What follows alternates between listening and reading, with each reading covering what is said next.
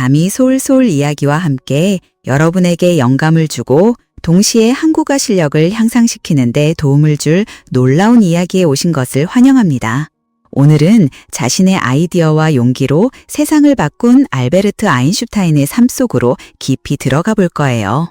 이야기를 들으면서 제가 소개할 새로운 구절과 어휘에 집중해 보세요. 이 시간은 단순한 지식 습득을 넘어 끈기와 호기심이 어떻게 위대함으로 이어지는지를 배우는 과정이 될 것입니다. 그러니 공책을 준비하고 주의 깊게 들어주세요. 이제 한 천재의 삶을 통해 듣기 능력을 향상시키고 어휘력을 넓히며 동기부여를 얻는 여정을 시작해 봅시다. 알베르트 아인슈타인은 1879년 3월 14일 독일 울룸이라는 작은 마을에서 태어났습니다. 그의 부모님인 헤르만 아인슈타인과 파울리네 코크는 평범한 사람들이었습니다. 헤르만은 전기부품 사업을 하는 사업가였고 파울리네는 음악과 배움을 사랑하는 주부였습니다.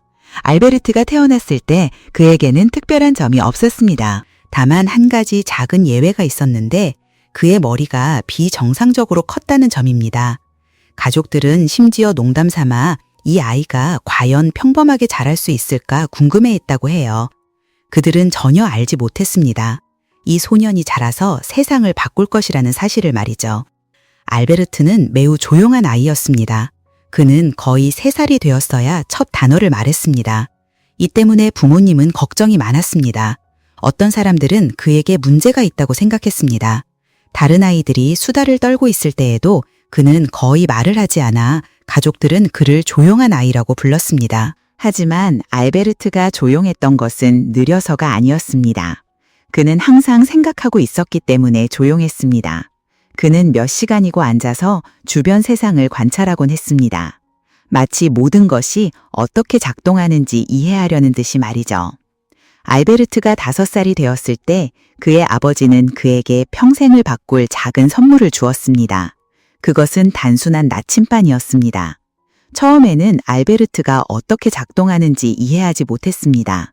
어떻게 나침반을 아무리 돌려도 바늘이 항상 북쪽을 가리킬 수 있을까?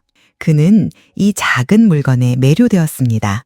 몇 시간 동안 그것을 응시하며 바늘을 이끄는 보이지 않는 힘이 무엇인지 알아내려 했습니다. 이것이 알베르트가 세상에 보이지 않는 힘이 존재한다는 것을 처음 깨달은 순간이었고 그는 그 모든 힘을 발견하고 싶어 했습니다. 그는 훗날 그 경험은 제게 깊고 오래가는 인상을 남겼습니다. 라고 말했습니다. 알베르트가 학교에 들어갔을 때 상황은 좋지 않았습니다. 그는 선생님들의 가르치는 방식을 좋아하지 않았습니다. 그때는 학교가 매우 엄격했고 학생들은 모든 것을 암기하도록 요구받았습니다. 하지만 알베르트는 사실을 암기하는 데 관심이 없었습니다. 그는 질문을 하고 답을 찾고 싶어 했습니다. 그의 선생님들은 종종 그에게 화를 냈습니다. 한 선생님은 심지어 그에게 너는 수치스러운 존재다. 인생에서 결코 성공하지 못할 것이다. 라고 말하기도 했습니다. 이 말은 상처가 되었지만 알베르트는 그 말에 굴하지 않았습니다. 알베르트는 일부 과목, 특히 언어에서 어려움을 겪었습니다. 하지만 그가 무엇보다 사랑하는 한 과목이 있었습니다. 바로 수학이었습니다. 그는 수학을 우주의 언어라고 불렀고 퍼즐처럼 문제를 푸는 것을 즐겼습니다. 모든 문제는 당신을 해답으로 이끄는 단서이다. 이러한 유쾌한 접근 방식은 알베르트가 숫자를 사랑하게 만들었습니다. 알베르트는 다른 아이들과 달랐습니다. 다른 아이들이 게임을 할 때 그는 몇 시간이고 책을 읽고 세상이 어떻게 작동하는지 상상하며 시간을 보냈습니다. 그는 위대한 과학자들의 이야기에 푹 빠졌고 종종 자신만의 발견을 하는 꿈을 꾸었습니다. 어느 날 학교에서 집으로 걸어가는 길에 알베르트는 자신에게 물었습니다. 빛의 광선을 타고 간다면 어떤 느낌일까? 이 질문은 그와 함께 수년 동안 머물렀습니다. 이것이 빛, 공간, 시간에 대한 그의 평생에 걸친 여정의 시작이었습니다. 알베르트가 15살이 되었을 때 그의 삶은 어려운 전환점을 맞았습니다. 아버지의 사업이 실패하여 가족은 이탈리아로 이사해야 했습니다. 알베르트는 학교를 마치기 위해 독일에 남았지만 가족과 떨어져 있는 것을 몹시 싫어했습니다. 그는 외롭고 불행했습니다. 결국 알베르트는 학교를 마치지 않고 떠나기로 결정했습니다. 더 이상 엄격한 규칙과 가혹한 선생님들을 견딜 수 없었습니다. 대신 그는 혼자 공부하기 시작했습니다. 그는 과학, 철학, 수학 서적을 읽으며 자신이 알고 싶은 모든 것을 독학했습니다. 이것은 위험한 결정이었습니다. 많은 사람들이 그가 학교를 떠남으로써 미래를 망쳤다고 생각했습니다. 하지만 알베르트는 개의치 않았습니다. 그는 규칙을 따르는 것보다 배우는 것이 더 중요하다고 믿었습니다. 16살에 알베르트는 첫 과학 논문을 썼습니다. 완벽하지는 않았지만 그의 엄청난 잠재력을 보여주었습니다. 그는 또한 스위스 연방공과대학이라는 스위스의 명문 학교에 지원했습니다. 하지만 프랑스어나 역사와 같은 비과학 과목에서 어려움을 겪어 입학시험에 떨어졌습니다. 알베르트는 포기하는 대신 다시 시도하기로 했습니다. 그는 이전보다 훨씬 더 열심히 노력하여 자신의 약한 부분을 개선하고 실패가 자신을 규정하도록 내버려두지 않았습니다. 알베르트 아인슈타인의 초기 삶은 고난과 의심으로 가득했습니다. 사람들은 그를 이해하지 못했고 그는 거절과 실패에 직면했습니다. 하지만 그는 결코 포기하지 않았습니다. 그의 호기심, 결단력, 그리고 배움에 대한 사랑이 그를 계속 나아가게 했습니다. 알베르트 아인슈타인은 자신의 삶에서 무언가를 이루어내겠다고 결심했습니다. 독일을 떠난 그는 현대 교육 시스템으로 유명한 스위스로 이주했습니다. 스위스는 독일과 달랐습니다. 학교는 덜 엄격했고 학생들은 자유롭게 생각하도록 장려되었습니다. 이것이 바로 알베르트에게 필요했던 것이었습니다. 17세의 알베르트는 취리히에 있는 스위스 연방공과대학에 다시 입학을 시도했습니다. 이번에는 합격했습니다. 하지만 그의 어려움은 아직 끝나지 않았습니다. 유럽 최고의 학교 중 하나에서 드디어 공부하게 되었지만 알베르트의 반항적인 성격 때문에 적응하기 어려웠습니다. 알베르트는 수학과 물리학을 공부하는 것을 사랑했지만 다른 과목에는 관심이 없었습니다. 그의 교수들은 그의 사고방식을 이해하지 못했습니다.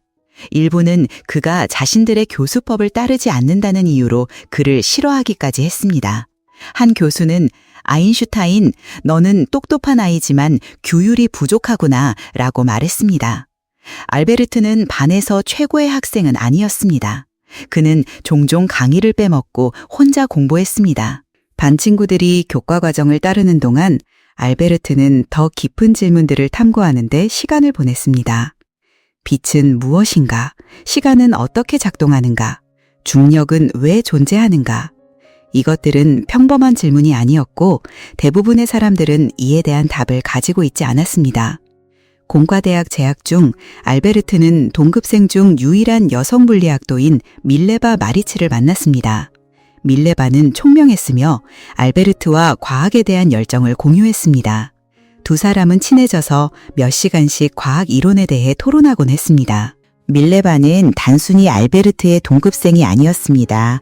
그녀는 그의 가장 가까운 동반자가 되었습니다. 그들은 서로에게 영감을 주었고 함께 중요한 발견을 할 수 있는 미래를 꿈꿨습니다. 알베르트는 그녀에게 함께 과학의 세계를 정복할 거야 라고 편지를 쓴 적도 있습니다. 하지만 그들의 관계는 쉽지 않았습니다. 밀레바는 과학 분야에서 여성이라는 이유로 비판에 직면했고 알베르트는 재정적 어려움에 시달렸습니다. 그러나 어려움에도 불구하고 그들은 서로를 지지하고 꿈에 집중했습니다. 1900년 21세의 알베르트는 물리학 학위를 받고 공과대학을 졸업했습니다. 그는 과학자로서의 경력을 시작하게 되어 기뻤습니다. 하지만 인생은 다른 계획을 가지고 있었습니다. 알베르트는 일자리를 찾을 수 없었습니다. 그는 여러 대학의 교수가 되거나 연구원이 되기를 바라며 지원했지만 매번 거절당했습니다. 그의 교수들은 그가 의욕이 없다고 생각하여 좋은 추천서를 써주지 않았습니다. 이것은 알베르트에게 고통스러운 시간이었습니다. 몇 년 동안 열심히 노력했지만 거절만 거듭된다고 상상해보세요. 하지만 알베르트는 포기하지 않았습니다. 대신 그는 자신을 부양하기 위해 어떤 일이든 가리지 않고 했습니다. 1902년 알베르트는 마침내 스위스 베른 특허청에서 서기로 일하는 직업을 찾았습니다. 그의 업무는 특허 출원서를 검토하고 발명품이 독창적인지 판단하는 것이었습니다. 화려한 직업도 아니었고 물리학과는 아무런 관련도 없었습니다. 처음에는 알베르트가 실망했습니다. 그는 서기가 아닌 과학자가 되고 싶었습니다. 하지만 불평하는 대신 그는 자신의 상황을 최대화 활용했습니다. 그 일은 그에게 자유시간을 주었고 그는 그 시간을 자신의 과학적 아이디어를 생각하는 데 사용했습니다. 알베르트는 특허청을 자신의 생각 실험실이라고 부르기 시작했습니다.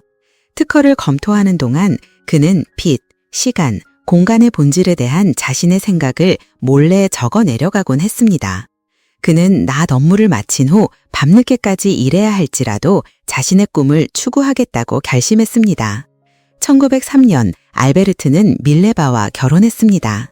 두 사람은 소박한 결혼식을 올렸고 얼마 지나지 않아 첫 아이인 아들 한스 알베르트 아인슈타인을 낳았습니다. 그들은 함께 행복했지만 삶은 쉽지 않았습니다. 서기로서 알베르트의 봉급은 가족을 부양하기에 충분하지 않았습니다. 그들은 작은 아파트에서 살며 겨우 생활을 이어갔습니다. 알베르트의 친구들은 종종 그에게 과학적 꿈을 포기하고 직업에 집중하라고 조언했습니다. 하지만 알베르트는 거절했습니다. 그는 목적 없는 편안한 삶을 사느니 내 열정을 위해 고군분투하겠다라고 말했습니다. 어려움에도 불구하고 알베르트는 자신의 이론에 대한 작업을 계속했습니다. 1905년 26세의 나이에 그는 세상을 영원히 바꿀 일련의 논문을 발표했습니다. 과학자들은 이 해를 아인슈타인의 기적의 해, 안누스 미라빌리스라고 부릅니다. 광전 효과, 알베르트는 빛이 광자라는 작은 입자처럼 행동한다는 것을 설명했습니다. 이 발견으로 그는 후에 노벨 물리학상을 수상하게 됩니다. 브라운 운동, 그는 당시 획기적인 업적이었던 원자의 존재를 증명했습니다. 특수 상대성 이론, 이것은 알베르트의 가장 유명한 업적이었습니다. 그는 시간과 공간이 절대적인 것이 아니라 상대적이라는 개념을 도입했습니다. 이 이론에서 에너지와 물질이 상호 변환될 수 있음을 보여주는 유명한 공식 E는 mc 제곱이 나왔습니다. 이 논문들은 과학계를 충격에 빠뜨렸습니다. 대학 직위도 없는 한 겸손한 서기였던 알베르트 아인슈타인이 물리학의 혁명을 일으켰던 것입니다. 1905년 이후 알베르트의 삶은 변하기 시작했습니다. 전 세계 과학자들이 그의 연구를 주목하기 시작했습니다. 그는 여러 대학에서 교수직을 제안받고 교수가 되었습니다. 마침내 그의 노력과 끈기가 결실을 맺고 있었습니다. 하지만 알베르트는 성공에 자만하지 않았습니다. 그는 계속해서 큰 질문들을 던지고 과학의 경계를 넓혔습니다. 그는 지식은 무한하며 호기심이 우주를 이해하는 열쇠라고 믿었습니다. 고군분투하던 서기에서 세계적인 과학자로 거듭난 알베르트 아인슈타인의 여정은 인내의 힘을 증명하는 증거입니다. 그는 거절, 가난, 의심에 직면했지만 과학에 대한 열정을 결코 놓지 않았습니다. 그의 이야기는 우리에게 다음을 가르쳐 줍니다. 실패는 끝이 아니라 성공을 향한 한 걸음이다. 자신을 믿는 것이 다른 사람의 인정을 구하는 것보다 더 중요하다. 큰 꿈은 큰 희생을 요구한다. 1909년경 알베르트 아인슈타인의 획기적인 발견은 유럽 전역에 알려졌습니다. 그는 취리히 대학교 교수가 되었고 나중에는 프라하로 옮겨 독일 대학교에서 가르쳤습니다. 알베르트가 자신의 연구가 미치는 엄청난 영향을 이해하기 시작한 것이 바로 이 시기였습니다. 사람들은 이제 그를 우주의 신비를 풀 수 있는 천재, 사상가로 보았습니다. 하지만 알베르트는 겸손함을 잃지 않았습니다. 그는 저는 천재가 아닙니다. 그저 호기심이 많을 뿐입니다. 저는 다른 사람들보다 질문에 더 오래 머무릅니다. 라고 말한 적이 있습니다. 하지만 명성은 어려움을 가져왔습니다. 알베르트는 외모나 부를 신경 쓰는 사람이 아니었습니다. 그는 낡은 옷을 입고 오직 자신의 일에만 집중하며 소박한 삶을 계속했습니다. 세상이 그를 칭송할 때에도 알베르트는 자신의 여정이 아직 끝나지 않았음을 알고 있었습니다. 1914년 알베르트는 프로이센 과학 아카데미에 명예로운 직위를 제안받고 독일 베를린으로 이주했습니다. 이것은 그의 경력에 있어 큰 진전이었습니다. 이제 그는 전적으로 연구에 집중할 수 있는 자원과 자유를 갖게 되었습니다. 이 무렵 세상은 빠르게 변하고 있었습니다. 제1차 세계대전이 발발하여 수백만 명의 삶에 영향을 미쳤습니다. 많은 과학자들이 전쟁을 지지했지만 알베르트는 반대했습니다. 그는 평화를 믿었으며 자신의 영향력을 사용하여 조화를 증진시켰습니다. 이 기간 동안 알베르트와 밀레바의 결혼 생활은 파탄나기 시작했습니다. 명성의 압박과 과거의 재정적 어려움이 그들 사이에 거리를 만들었습니다. 1919년 그들은 이혼했지만 알베르트는 밀레바와 아들들이 재정적으로 지원받을 수 있도록 했습니다. 같은 해 놀라운 일이 일어났습니다. 영국 과학자들이 알베르트가 1915년부터 연구해오던 일반 상대성 이론을 실험했습니다. 결과는 그의 이론을 확증했습니다. 중력이 빛을 휘게 할 수 있다는 것이었습니다. 이것은 우리가 우주를 이해하는 방식을 바꾼 혁명적인 발견이었습니다. 이 소식은 들불처럼 퍼져나갔습니다. 알베르트 아인슈타인은 하룻밤 사이에 세계적인 아이콘이 되었습니다. 전 세계 신문들은 아인슈타인의 이론이 입증되었다와 같은 헤드라인을 실었습니다. 역사상 처음으로 과학자가 유명인사처럼 대우받았습니다. 자신의 명성에 대해 묻자 알베르트는 내 이론이 틀린 것으로 증명되면 미국인들은 내가 독일인이라고 말할 것이고 독일인들은 내가 유대인이라고 말할 것이다. 내 이론이 옳은 것으로 증명되면 독일인들은 내가 독일인이라고 말할 것이고 미국인들은 내가 유대인이라고 말할 것이다 라고 답했습니다. 이 발언은 알베르트의 재치와 편견으로 가득 찬 세상에서 유대인 과학자로서 그가 직면했던 어려움을 반영했습니다. 1920년대에 알베르트는 전 세계를 여행하며 강의를 하고 다른 과학자들을 만났습니다. 그는 미국, 일본 및 여러 나라를 방문하여 자신의 아이디어를 공유하고 다음 세대의 사상가들에게 영감을 주었습니다. 알베르트는 자신의 명성을 평화를 옹호하는 데 사용했습니다. 그는 평화는 힘으로 유지될 수 없다. 오직 이해를 통해서만 달성될 수 있다 라고 말하며 전쟁에 반대했습니다. 그는 또한 소수자와 난민의 권리를 지지하며 목소리가 없는 자들의 대변인이 되었습니다. 하지만 그의 명성이 커지면서 비판도 커졌습니다. 어떤 사람들은 그를 너무 이상주의적이라고 비난했고 다른 사람들은 그의 연구를 불신하려고 했습니다. 알베르트는 이러한 도전에 품위 있게 맞섰습니다. 그는 위대한 영혼은 언제나 평범한 마음들의 격렬한 반대에 부딪혔다고 말했습니다. 1933년 독일에서 나치 정권이 부상하면서 알베르트는 나라를 떠날 수밖에 없었습니다. 유대인 과학자였던 그는 큰 위험에 처해 있었습니다. 나치스는 그의 책을 불태우고 그의 이론을 유대인 과학이라고 낙인 찍었습니다. 알베르트는 미국 뉴저지 프린스턴으로 이주하여 고등연구소에 합류했습니다. 독일에서 일어나는 일들에 가슴 아파했지만 그는 희망을 잃지 않았습니다. 그는 어려움 속에 기회가 있다라고 말했습니다. 알베르트는 1940년에 미국 시민이 되었고 남은 여생을 미국에서 보냈습니다. 제2차 세계대전 중 알베르트는 원자폭탄 개발을 지원해달라는 요청을 받았습니다. 비록 그가 직접적인 역할은 없었지만 그의 유명한 공식 E는 mc제곱은 핵 에너지의 기초를 놓았습니다. 알베르트는 1945년 히로시마와 나가사키 폭격 소식을 들었을 때 깊이 괴로워했습니다. 그는 자신의 연구가 파괴를 위해 사용된 것을 후회하며 남은 생애를 핵 군축을 옹호하는 데 보냈습니다. 그는 인류는 원자폭탄을 발명했지만 어떤 쥐도 쥐덫을 만들지는 않을 것이다 라고 말했습니다. 세계에서 가장 유명한 인물 중 한 명이었음에도 불구하고 알베르트는 소박하고 겸손한 삶을 살았습니다. 그는 차를 소유하는 것을 거부했고 양말을 신지 않았으며 수영하는 방법을 몰랐음에도 종종 요트를 타며 시간을 보냈습니다. 알베르트의 호기심은 결코 사라지지 않았습니다. 그는 블랙홀의 본질부터 시간 여행의 가능성에 이르기까지 우주에 대한 질문을 계속했습니다. 그는 항상 더 많은 것을 배울 수 있다고 믿었습니다. 말년에 알베르트는 자연의 힘들을 하나의 이론으로 통합하는 데 집중했습니다. 이는 오늘날까지도 풀리지 않은 난제입니다. 건강이 나빠지기 시작했지만 그는 숨을 거둘 때까지 계속 연구했습니다. 1955년 4월 18일 알베르트 아인슈타인은 76세의 나이로 세상을 떠났습니다. 독일어로 말한 그의 마지막 말은 그의 옆에 있던 간호사가 그 언어를 이해하지 못했기 때문에 기록되지 못했습니다. 알베르트 아인슈타인의 과학, 평화, 인류에 대한 공헌은 비할 데 없이 뛰어납니다. 그의 이야기는 다음을 일깨워줍니다.